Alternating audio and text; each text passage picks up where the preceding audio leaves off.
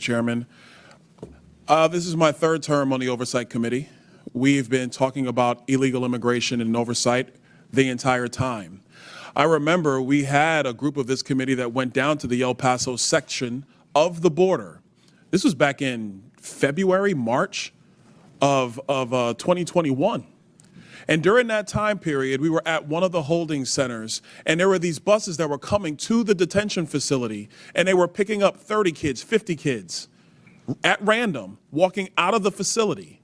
And when I went over to question the bus driver that was transporting these kids, border agents told me, as a member of Congress, that you're not allowed to question the bus driver. And of course, people knowing me, I didn't take no for an answer, and I repeated the question. And I was told that this bus of children was leaving El Paso and going to San Diego.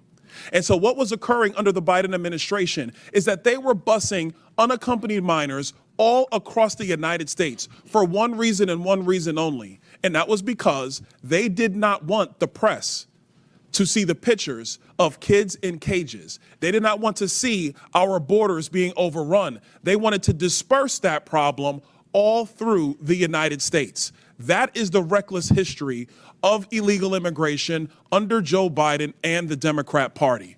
Mayor Johnston of Denver, yes, you lamented earlier that there were 10 to 11 buses coming per day to your city. Did you ever talk to Joe Biden about why this was happening to your community? Thank you, Congressman. I both reached out to Governor Abbott from Texas. He didn't respond, and I did. Why would you reach out to Governor Abbott of Texas when it is Joe Biden, the former commander-in-chief, that opened up our borders? Why didn't you talk to him? Well, our buses directly were being sent from Governor Abbott in Texas, so that was why we reached out to say we're happy to collaborate on a coordinated entry system. We understand no one state or no one city should bear the entire brunt of this, but let's collaborate. But I did. So I'm glad you said that, because that brings me to my next point.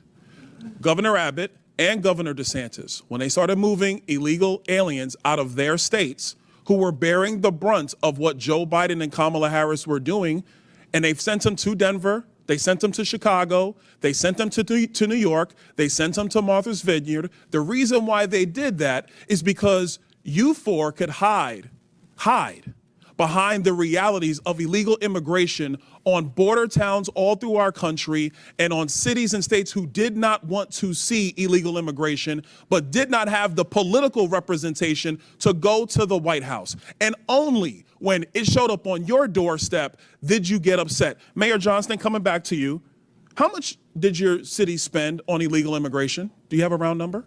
Over the last couple of years on all newcomers, whatever their status was, it's around $79 million since 2022. $79 million. Mayor Johnson, Chicago. How much has the city of Chicago spent on illegal immigration?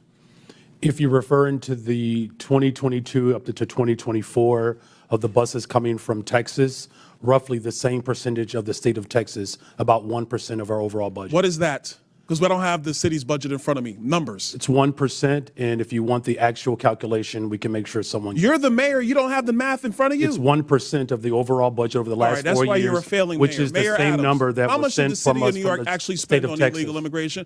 Mayor Johnson, I already asked you. You don't have a hard number, and if you don't have a hard number, you're not running your city well. Mayor Adams, how much did the city of New York actually spend on illegal immigration? $6.9 billion of taxpayers' $6.9 billion of taxpayer money on a problem that was fostered on the American people. Mayor Wu, in the city of Boston, how much did you spend?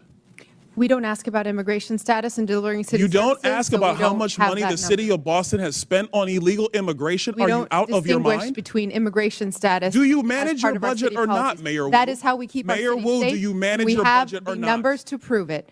I manage my budget. I have a AAA bond rating dating back 10 years. So to the city of Boston, just understand that your mayor does not care how much of your resources she has spent on people who are not citizens of the city of Boston. Is sick of having people outside Boston telling us what we Mr. Bear, I have a question for you, because I understand Cato's perspective when it comes to illegal immigration.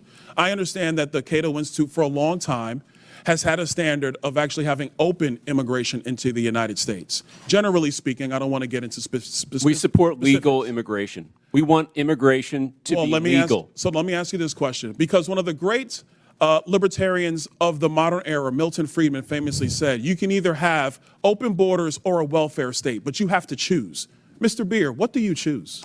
Milton Friedman said he wanted to allow illegal immigration to continue. I disagree with Milton Friedman's position on that. We should have legal immigration and build a wall around the welfare state, not around the country. That's in the best interest of taxpayers. And I would argue that under the current system where you have sanctuary cities popping up, it is not possible to build that wall. So America can. has to Absolutely you choose, can. Mr. Beer, you're done. America has to choose between securing our nation or protecting the taxpayer. I choose secure the nation. I yield back.